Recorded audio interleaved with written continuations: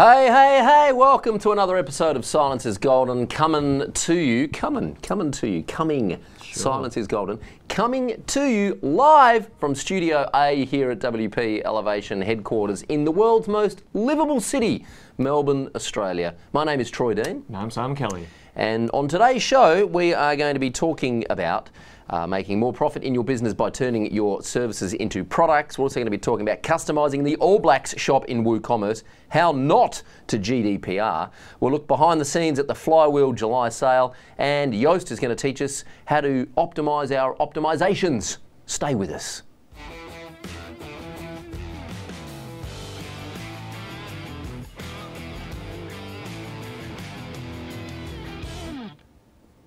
I also forgot to mention that I'm going to sing happy birthday to someone.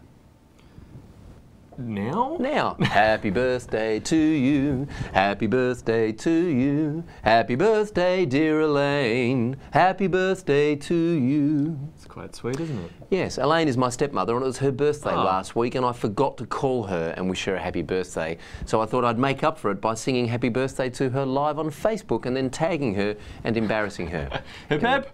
Hooray! Oh, again? 3. Hip hip! Hooray! Hip hip! Hooray! There we go. Hey! Woo! Happy birthday, Elaine. Happy birthday, Elaine. Sorry I forgot to call you last week. Hope you had a good day.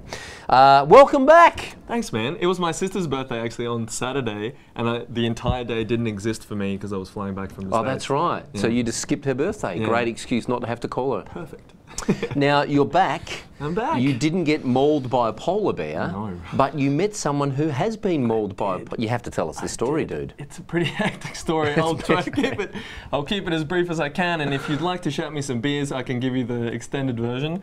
Just send the beers to 231 Chapel Street, Print. Yeah. Attention, Troy Dean. That's correct. Yeah. That's right. So I did meet someone in Churchill, Canada, who was mauled by a polar bear just across the road from where I was staying, just coming home. Erin Green is her name, and she's a good friend of someone who I was staying with, and yeah, she was coming home from the pub basically, and walking with some friends, and the polar bear pulled her away and attacked her, and then someone else came in to help, and the polar bear turned on them, and then luckily some people around had a vehicle and moved it towards the bear, and the bear ran off.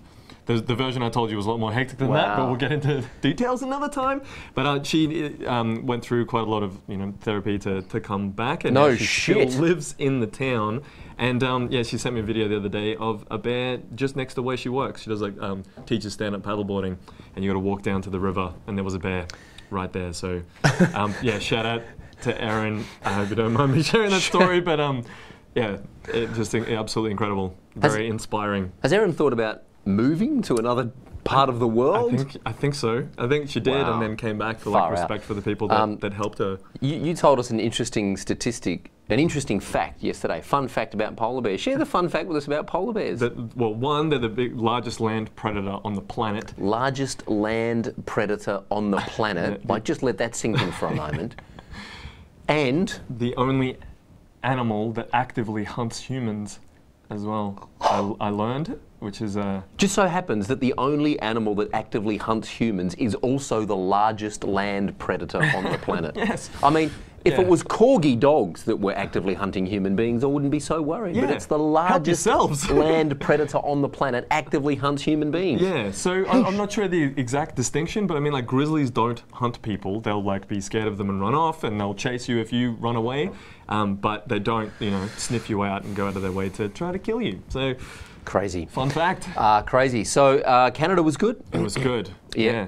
San Francisco was good. Yeah, it was really good. It was really good. It was amazing. That city was incredible. I stayed in one of the dodgiest areas. Yes. That was good fun. The Tenderloin. Yes. My client said, "Would you like some recommendations on where to stay?" And I went, "No. I've got it sorted. I'm an independent woman. I can handle my own business. I'll book a place right in the middle of the worst part of the town." And I was going for a walk to explore, and I thought, I've got to watch out for the dodgy areas. Went for a walk. I'm like, San Francisco is really nice. And then I came back to where I was staying. I was like, oh.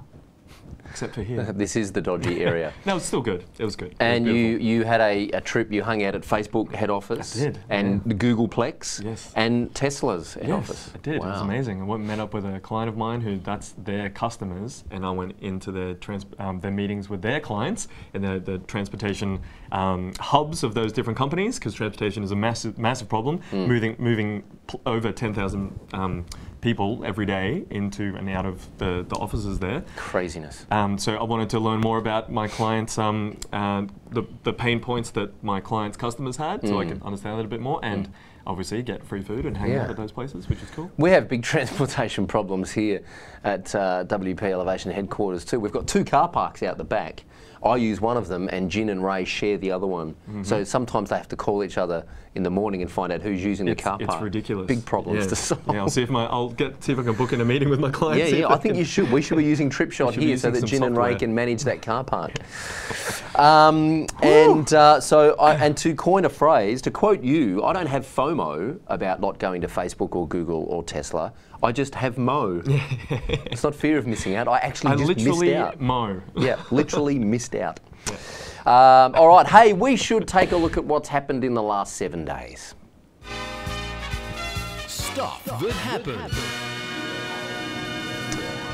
There are also some people watching on Facebook. Monte Cristo is here. Hey, Monte Cristo. Chuck Spadell is here from Portland. Hey, Chuck. Ray Miladoni is here from up the back of the room. Hey, Ray. And Ben, our new designer, is also in the room, as is Max behind the producer's booth. Kerry Baker is also watching, as is Trish Cooper. Hey, thank you for joining us on the old Facebook. What's been going on this week, Simon? Well, there was an article that came out on WooCommerce about customizing the official All Blacks shop, and I thought it was a great article. There's a lot to do with, there's been a lot of content that's come out about Shopify versus WooCommerce and like what is the ideal one to use, and that this article is a great overview of why WooCommerce can be a great solution in this particular case. So there's quite a lot of the technical side of things about how they put it together, what plugins they used, how they manage reporting, how they manage planning. So it's a good article to check it out if you're interested in WooCommerce and e-commerce. And for those that don't know who the All Blacks are? They are New Zealand's rugby team. Our Do the nemesis. haka. Have you ever done the haka? I've never done the haka. My dad actually went to New Zealand not too long ago, and yeah, I saw a video of him doing the haka, which was a highlight, and I remind him of it regularly. I wonder if Mike Killen does the haka, because he actually is part Maori. Was Part born Maori, in New Zealand. Part Keanu Reeves, and That's I'm not sure what else is in there. Part Keanu Reeves. I never drew that conclusion, but now you mention it, I can't unsee it. Yeah, he is definitely part Keanu Reeves. Wow, how did I not see that before? All right, let's British Airways have shown everyone how not to GDPR. This is hilarious. Yeah, it's a good Walk one. us through it. So on Twitter, it's a good couple of screenshots on the TechCrunch article here, where British Airways are actually saying, on Twitter, they're saying, to comply with GDPR, please confirm your full name and booking reference. We'll also need these additional details, your club number, full name, blah, blah, blah. And people were writing those things in Twitter publicly, which obviously is not very GDPR friendly. And you know, Twitter had a field day with that, saying we'll also need your PIN code, social security number. It's like, absolutely ridiculous. So yeah, it's good to see other people do not know how to do it at all. So we're all stressing about how we can do it for our clients, and British Airways are just making a complete mockery of themselves. Was there any official statement from British Airways about why they got it so wrong? No, I didn't get to the facts. Right. They're not relevant That's to me. correct. Yeah, just like the amusing parts. Who cares about the facts? Never let the truth get in the way of a good laugh. Exactly. Yoast wants us to optimise faster. Yeah, He wants us to optimise our optimising. Exactly. Optimize without spending all day optimizing. It's just being more efficient at the way that you, like just having the key things that are going to really improve the way that you optimize your sites for SEO, of course, is what Yoast is all about. So just some of the key things that help with the, like moving the big rocks, like what are the most important things that you need to do. They talk about how to rise in Google, like obviously signing up for Google Search Console, making sure your sitemap is relevant and you've got a good linking structure. And having a checklist, which feeds quite nicely into what we'll be talking about a little bit later. But it's just making sure you've got repeatable processes and you're not just spending your whole day on, you know, tweaking to the nth degree of everything that can be changed to make your website more optimized.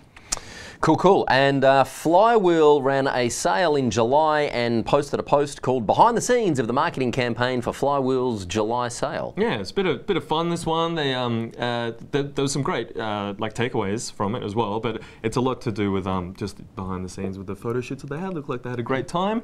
But at the bottom of the article, they had some interesting advice about making sure you've got time to reflect on the campaign and write a debrief. So of all the fun they had of putting it together, like what results did they actually get of that, and how can they learn from that next time, so they're not just repeatedly making the same mistake over and over again. Something that we're not very good at is debriefing after marketing campaigns. We either go to the pub to celebrate a successful marketing campaign or go to the pub to drown our sorrows at a failed marketing campaign. Don't spend a lot of time writing up a debrief, so maybe there's something we can learn from FlyWheel there. Yeah, exactly. Well, when you debrief and you've got it written down, then you can drink and just forget everything because you've written it somewhere. Perfect. Perfect. All right. Hey, nice segue into something that has been getting under your skin lately. Let's take a look at what pisses Simon off. This pisses me off. It is perfectionism. Being a perfectionist and all of that bullshit, basically, which isn't actually real. Because, you know, just to get a little philosophical here, what in life is perfect? Nothing is the answer. Apart from your hair. You reckon? It's looking pretty good. I'm a little bit out of camera there, but anyway, really, to be perfect is to be without flaw. And, you know, what is without flaw? Nothing is really without flaw. And it's subjective anyway. So what is the point if you're trying to be perfect when something we talked about when we were in the Mavericks mastermind in San Diego was about public speaking and realizing that 10% of people won't like you regardless. So who cares? And accepting that, and accepting that nothing will be without flaw as soon as possible will actually help to release yourself from perfectionism. We live in a society where praise and high achievement is really something that we want to strive to, and that kind of is what we identify as a level of success. And when you're holding on to that so much, and you think that you're not going to get praise because something is flawed or it's not the way that you want it to, you'll hold back on pressing publish or getting it done because you're not going to get what society's currency, basically, which is praise. Yeah. So it's really not helpful for anyone to just be, you know, optimizing to the nth degree, as I was saying before, and trying to make it perfect, because that is just an absolute false oasis that you will never get to. And yeah, something else we were talking about with the Mavericks was a little pottery story that we shared with everyone that I would love for you to share. Sure. If you could. So the story goes that there was a pottery class, and that at the start of the year, the pottery lecturer said to the class, he split them in half, and he said, right, you guys on the left here, you're the quantity half of the class. You will be judged on the sheer amount of pottery objects that you produce this semester. The more you produce, the more points you'll get and the more grades you'll get. And on the right-hand side of the class is the quality class. You will be judged on one piece of pottery and one piece only. So off you go. And so what happened is the quantity class went off, the quantity half of the class went off, and they produced a whole lot of pottery stuff. Most of it was shit, but some of it was really good. And the quality class went off and produced one piece and came back at the end of semester, and they presented their piece, and the quantity half presented all of their pieces. And the teacher brought in a panel of pottery critics. And of course, the pottery critics, their job was to have a look at everything in front of them, not knowing where the pieces came from, which half of the class the pieces came from, and to judge the best pieces. And of course, all of the best pieces, as judged by the panel of critics, came out of the quantity half of the class. And the point of the story is that the more you do things, the better you get, the more you improve, the more you iterate, because the more you learn. And the people that were in the quality half, they didn't learn much because they just produced one piece. They spent all semester producing one piece, so they didn't hone their craft or practice their craft or improve their skills because they weren't iterating. That's the story. Yep. There you go. The other dovetail on that is a couple of things. We're live today 4.5 minutes late without any coloured lights, because the little desk that drives our coloured lights interferes with our microphones and causes this horrible hum that sounds like this.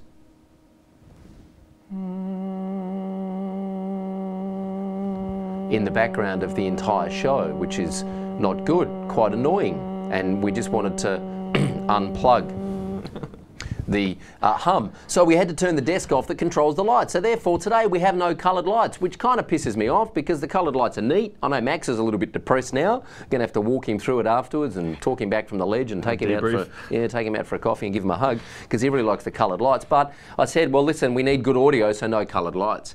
The point is we're still hitting the publish button and iterating and learning, and what we've learned is that we need to hardwire those lights in and not rely on a radio transmitter, because the radio transmitter is interfering with the microphones. If you were to make this perfect and to make it flawless, we probably wouldn't have been live right now. That's right. I mean, one of the first shows of this, before it was even a show, before it was even a thing, I think Ray and I started one of these episodes with me up a ladder and hammering the curtains into the wall. I mean, go back and have a look at the history of this show, and it's far from perfect. It started with me and my iPhone. Everyone was looking up my nose, and I was going, "Oh, here you go, Facebook." Blah, blah, blah. Nailed it. Nailed it. But we're iterating. The other thing that I think you learn as you get a little bit older is, as you get a little bit older, I think you give a shit less about what people think.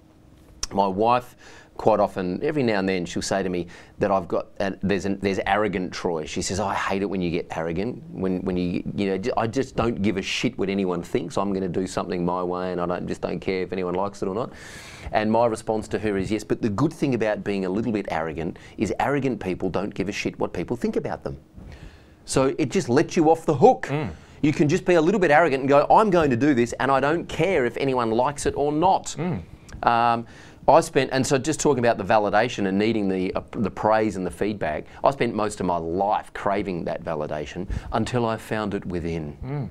You mean you just got older? Is that what you're saying? You just get older and you realise that craving validation from other people is not sustainable, and it's freaking exhausting. So I then just decided I was going to do what I want to do and screw everyone else. It doesn't mean you don't care about people. It just doesn't mean that their opinion of you matters. Correct.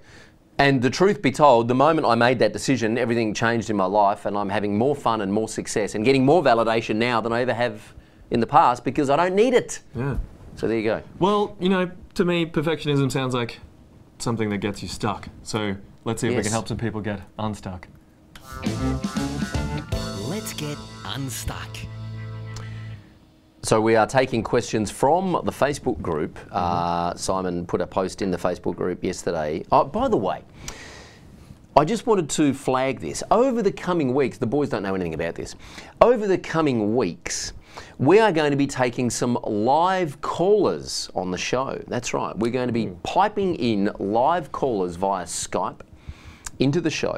So what we would like you to do in the meantime is, if you want to call in and be featured on the show, and you have a video camera, preferably, and you'd like to be up here on the screen asking questions and, you know, helping, you know, getting unstuck and helping us make this show more interactive, then we'd like you to give us a call and leave your phone number and leave a message with your Skype details, and then we will get back to you. Now, our phone number, you'd think I would have prepared this earlier, but I haven't. Our phone number, if you are in Australia, I'm going to have to, here we go.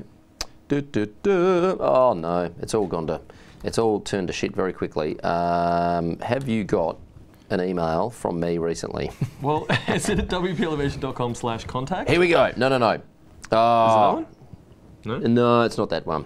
We have some 1-800 numbers. Well, I'll tell you what, you do your thing and I'll look up the 1-800 numbers, okay? What's my thing? Oh yeah, cool. All right, so Mitch Britt from WP Elevation community says, if you were going to productize custom website builds, would you do it with base packages and then offer add-ons to let the client customize their package? Now, first of all, the first thing that I kind of caught here was like, if you were going to productize custom web builds was a bit of a kind of doesn't make sense altogether, but I get what you're trying to say there, Mitch. If you're wanting to make it so that website builds can be productized, but you also want to make it customizable for your client so they can kind of pick and choose what's going to work for them. So with that, you can't offer everything at once. You can't, and this comes back to the perfectionism as well. When it comes to building products, it's not about building the product with all the options and everything that anyone could ever want so that it fits for everyone. It's about delivering a consistent result and getting consistent profit in your business. And you need to be able to build that consistently. You know, that's the real key when it comes to products. Treat it like a physical product. You cannot customize every single part of this MacBook. Basically, you can change the RAM, you can change the processing power, you can change the hard drive. You can't add USB ports, which is a pain in the ass, but you know, that's fine. Major pain in the ass. But you can't customize everything. So you can change some of the key parts of the product that will make it more suitable for you, right? But it's not about having a billion options, because that will actually make it more confusing and harder to sell when it can do everything. It's just going back to custom with too many options. You want to be able to, what product, what one thing can you put together for an ideal market that delivers a consistent result, delivers consistent value, and delivers consistent profit for you. Now, an example of this is our good friend Dave Jennings from Melbourne SEO. One of their services is a WordPress site with SEO marketing. They have one option, and it is $4,995, and they show that on the website. And you can have a look, you can buy it now, you can get in touch. It has a lot of the product details on the website itself. Pretty much everything you need to know to buy that is there. They have consistent checklists. I know that Dave has been able to systemize himself out of the delivery of that, and they deliver consistent results for their clients. And that is the way that you build the product through producing those checklists and making sure that you're delivering that consistent result. So my recommendation there, Britt, would be to start with the one product. Start with that one thing. So you talk about having a base package. Start with the one package, the one thing that you think is going to deliver the most consistent result. Build that, get some feedback on that from other people in WP Elevation, from your customers. Start with that first before you think about all the additional add-ons and all that stuff, because that will come. Awesome. That's what I think about that. There you go. Quick little sidebar. Sure. If you would like to call in and be on the show, please call. This is a USA number. We will have Australian and UK numbers coming, but we're iterating. So at the moment we have a USA number, which is, it's a toll-free number. We'll pay the bill even for you. It's 1844 241 5000. 1844 241 5000. Call that number, leave your details, leave your Skype name, and we will get back to you if we think it's appropriate and you have something to add. Let us know what question you'd like to ask, let us know what you'd like to talk about, and we'll get you on the roster. And in the coming weeks, we are going to be getting live guests on the show. Amazing. That's going to be a lot of fun. It's going to be a lot of fun. Now that I've announced that we have, there we go, look at that, 1844 241 5000. Beautiful. Now that I've announced that, we have to figure out how it works. See? Pressure's on now. That's right. Sell it, then build it. If nobody calls, then we don't have to figure out how to do it. Well, we just get Max to just call us. Yeah, but why would we? If nobody wants to be on the show, then we don't need to solve that problem technically. True. Right? We only need to solve the technical problem. The big technical problem is now that Simon and I, at the moment, if you call in, we won't be able to hear you, because as you can see, we're not wearing any earphones, right? And if we have a speaker with the Skype caller coming in, it's just going to come back through a delay through the microphones. So there's a few technical problems we need to solve. But if nobody wants to be on the show, we don't need to solve those problems. Nice. So instead of trying to work every single thing out and then putting it out there, realizing that no one cares or wants to talk to us. Correct. We can solve that later. So please create some problems for us to solve by calling us and telling us about your problems. That's right. Telling us about our problems as well, if you like. Yeah. Kat Townsend says, "You guys kill me." Andrew says, Kat, what is your team's prediction when the Gutenberg project will become a disruption in the way WP developers approach design? Years, months, or so far off that it's not worth worrying about it right now? Is that a question for me? Because I wasn't paying much attention. Gutenberg disruption. I'm going to disable it. I'm not like, I'll loop my clients in on that it's a thing, and if you see the word Gutenberg, to ignore it. And we're just going to keep doing what we're doing and follow along the project and wish them all the best in the past. Correct. Wish them all the best. No. But I've got nothing. I'm not using it. I mean, we're trying to make videos for the video user manuals plugin, and we're still waiting for it to be stable enough so that we can test it and make videos for it. So I don't think it's a thing. There, it's more like a technology experiment. Like, can we do this? Can we build this? What's the challenges? What are all the things that are going to come up? How is this going to impact the broader community? And it's there's a lot of learnings that's come out of that. I think the most valuable thing is the learnings that come out of the project as opposed to the project itself. Yeah. And Matt McComas, interestingly, the biggest learning here is Matt McComas has said, "I'm quitting WordPress for pottery." Quantity over quality. That's right. All right? Make shit and take photos of it and send it to us, Matt. I'd love to see it. Eric Pastrek says, what was the name of that company? I'm not sure what company he was talking about. WP Elevation? Tesla, Google, Facebook. We've mentioned a lot of companies. Which company was he talking about? Maybe. I'm not sure. The All Blacks? The pottery company? British Airways? Mentioned a lot of companies on the show. Let's rewind. Not sure. When that was. Anyway, we should probably have a look at this week's Gold Nugget. Time to Dig into the gold nugget. Is that coming from Max's headphones? Yeah. They must be destroying his eardrums. Don't worry, we're going to have in-ears very soon. We're going to have what they call IEMs, in-ear monitors, very soon, right? Little earpieces that just sit here, and we'll be able to hear the program audio, and we'll be able to hear our own voices. That's going to do my head in, but I'm sure we'll figure it out. Very exciting. So today, what we're talking about is increasing profit by treating your services as products. Now, why is that important to treat services as products?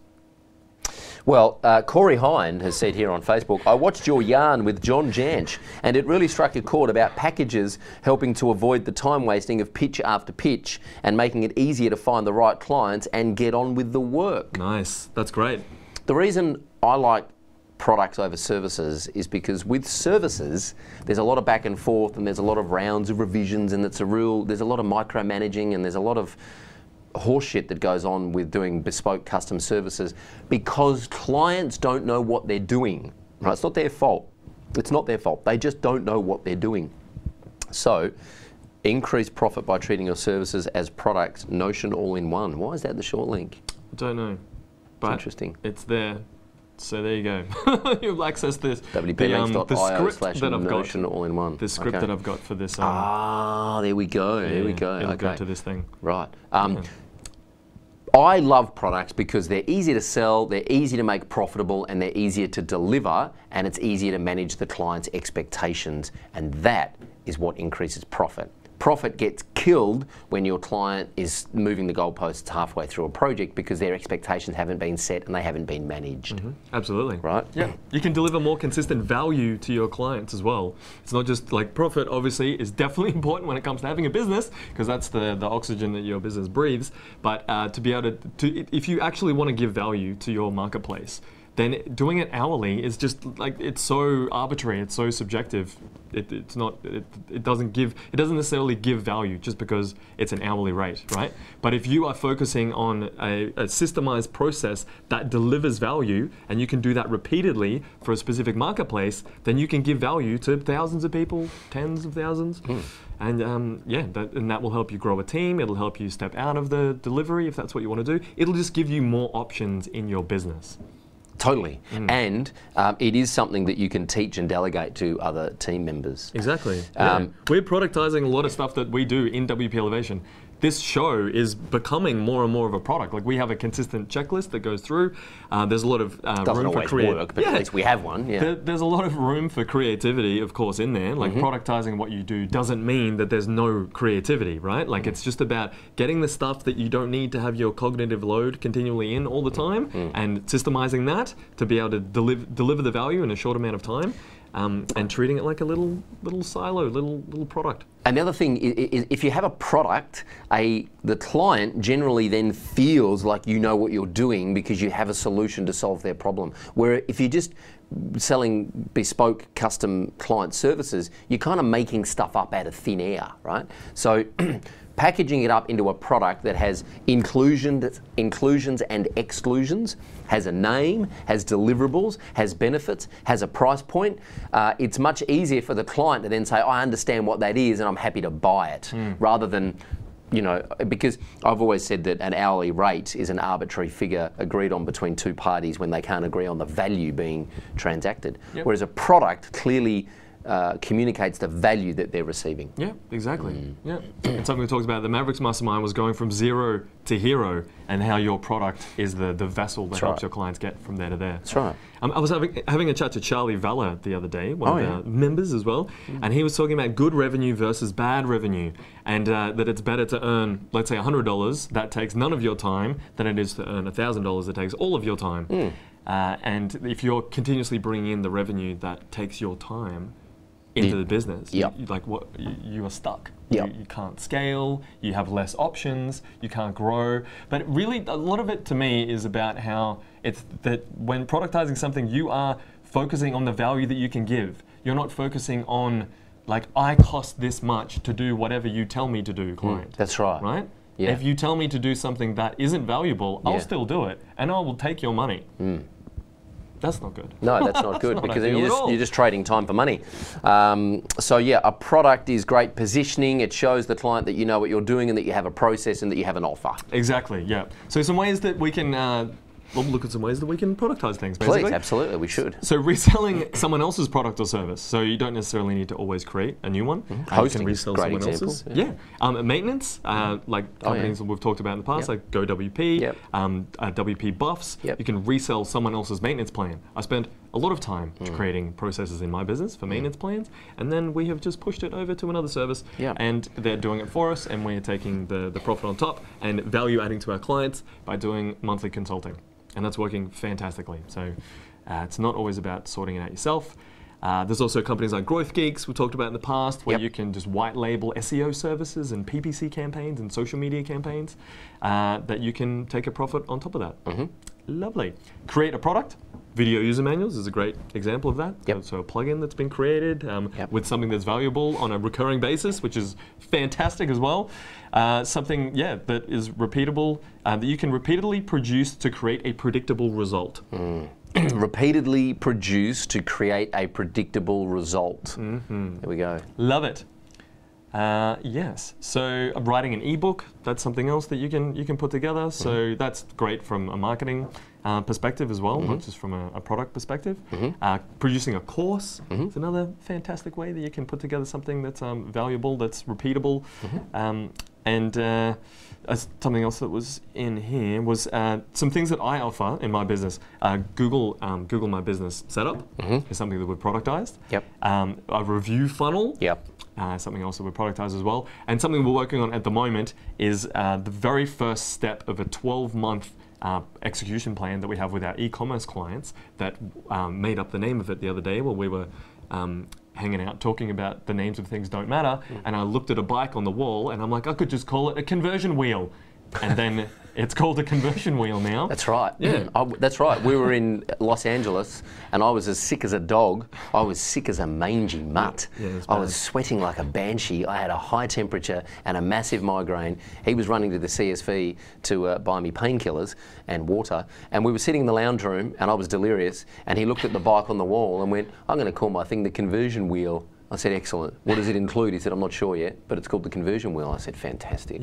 I'd buy that. Not even sure what's in it, but I'd buy it. Exactly. So that's the name of the thing that we're putting together, and it includes like website audit, it includes looking at the SEO, and it helps to fuel the 12-month campaign. So we're productizing part of a 12-month plan that we're going to roll out with our clients, but we're just focusing on the initial part first, and we're going to have to productize the rest of it as we go, but that's something that we've been working on for quite some time, and it's working quite well. There's a great episode of the podcast, if I do say so myself, where I interviewed Phil Singleton, who is a duct tape marketing authorised coach and consultant. He's also good friends with John Janch, and he's the one that introduced me to John Janch.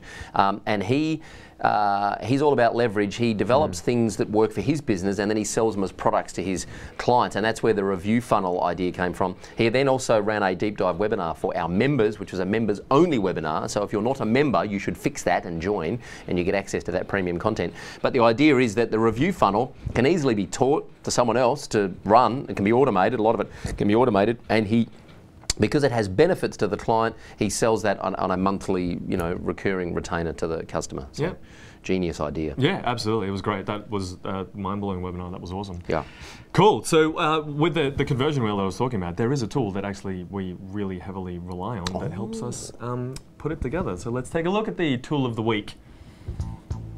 Get ready for Tool of the Week. Just before we get into the tool of the week, do you like the jacket? It's nice, It's nice, isn't it? Yeah, I'm actually freezing, so I'm a bit jealous that you're warm. I thought I'd up the game a little bit and pressure's on. Try and look a little bit more professional. Tell me if you like the jacket. Leave me a comment. Tell me if you like the jacket. I've got another one in the cupboard. I'll try out next week. See if you like that one better, and then I might just I've got a denim one as well that it's a bit more rock and roll, but. If you like the jacket, let me know. If you don't like the jacket, that's fine, let me know too, I don't care. I'm just going to wear it anyway. But let me know what you think about the jacket. Cool. Not affected by your praise or criticisms? Not affected at all. Yeah. Love the jacket, I'm going to wear it. Cool. regardless. I'm going to let myself go and just see how long it takes. See how far I can go before Yeah. people start commenting. The like beard, Just fluffy whatever. hair, Just let it out. nasal I'll just hair, sleep here. hair coming out Just the wake ears. up like, oh, Yeah. what's going on? Silence is what? I'm Simon's hungry. wasted in the back of the studio again. Cool. So this week's tool of the week is my web audit, which I didn't sign up for early enough, and I think it's absolutely fantastic. It was created as a product by one of our members, Clifford Almeida. I think is how you say his name. Almeida? Almeida, yeah. Almeida. And it helps us start the conversion wheel process that we're putting together, where we're auditing a client's website and their competitors, and it goes through specific checklists to deliver a consistent result for us that we can actually leverage and send to our clients. What are you doing? It's Just entertaining myself back here. You son of a Max. I'm trying to lean out of the way with this camera here so that it's clean on you. And as I'm leaning, right as I'm leaning at my tipping point, Max cuts back to camera A just to catch me doing the old Gretel Colleen, you know.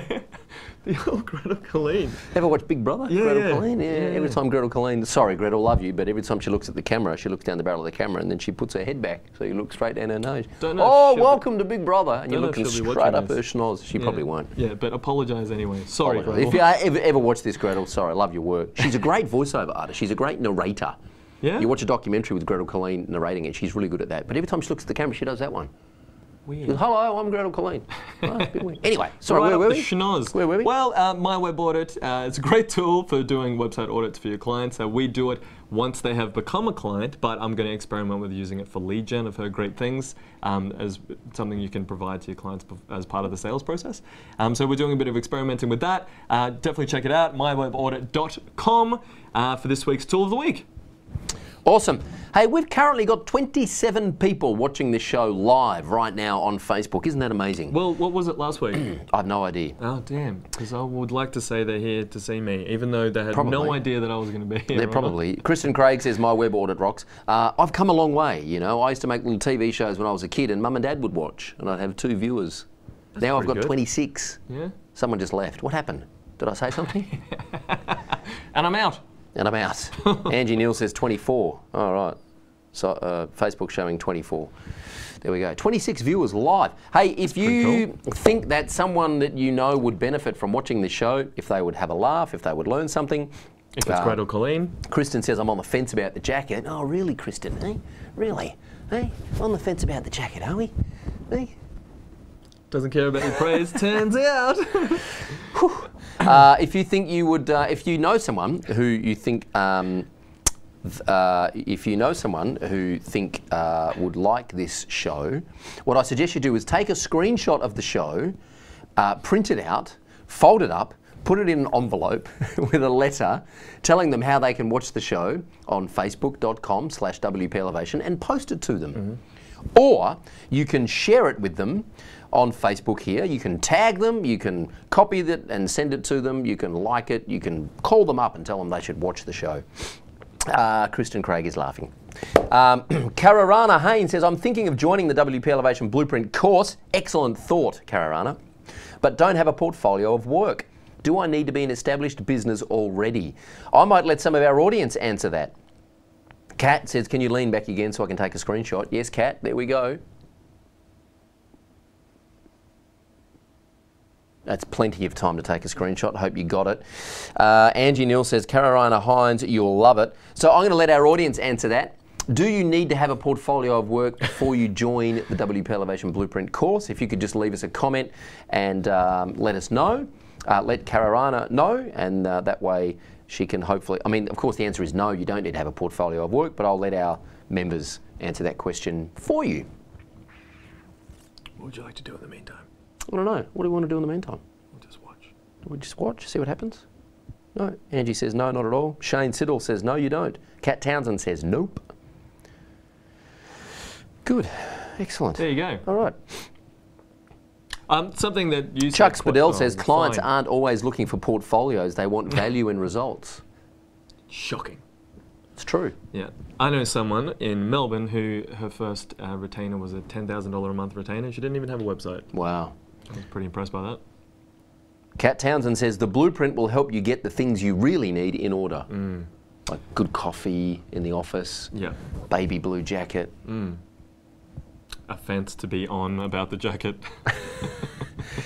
Hey, this has been too much fun, but we do have some work to go and do. Is there anything else we need to talk about? No. Good to be back. High five. Is good to have you back, you fat traveller. Now that you've, was that off camera or on camera that we talked about that? Well, I can say it now. It's on camera. Jeez, I've gotten fat Yeah. since I was away. Far out. I ate a lot of food. That's It was what great. happens when you travel, dude. Just looking at the menu, I'm like, I'll get something healthy. Oh my God, what is that? The double, triple, Yeah. something cheese with sauce I didn't know about? Yeah, yeah. Ugh. I have this thing whenever I'm on a plane, whenever they offer me food on a plane, I say yes, and I eat as much as I can on a plane, because when you get off the plane, you just don't know how long it's going to be until you eat again, especially if you arrive in Manila. Especially if it crashes. Well, there's always that. Yeah. Thanks, Mr. Happy good Pants. call. Mr. Happy Pants. If you arrive somewhere like Manila or Mumbai, you could be in a car for 3.5 hours before you eat again. So eat as much as you can on the plane. That's my theory. Sounds like you had something go wrong recently. Not at all. No? Okay. Like us on Facebook at facebook.com/WPElevation. Subscribe on YouTube at WPElevation.com/YouTube. And remember to click that annoying little bell so that you get notified whenever we publish new videos. We do, of course, publish Silence is Golden. We have how-to videos that we publish during the week. We have a podcast you can listen to and subscribe on iTunes. We've got some new audio equipment coming to make the podcast sound even better. We are building a soundproof booth here in the video studio so that we can isolate some of that fan noise over there from the microphones to improve the quality of the audio and the video that we're producing here in an effort to continue to entertain you, hopefully make you laugh and teach you some cool stuff about running your WordPress consulting business. So we're investing heavily, spending more money that we don't have on shit we don't need to impress people we don't like.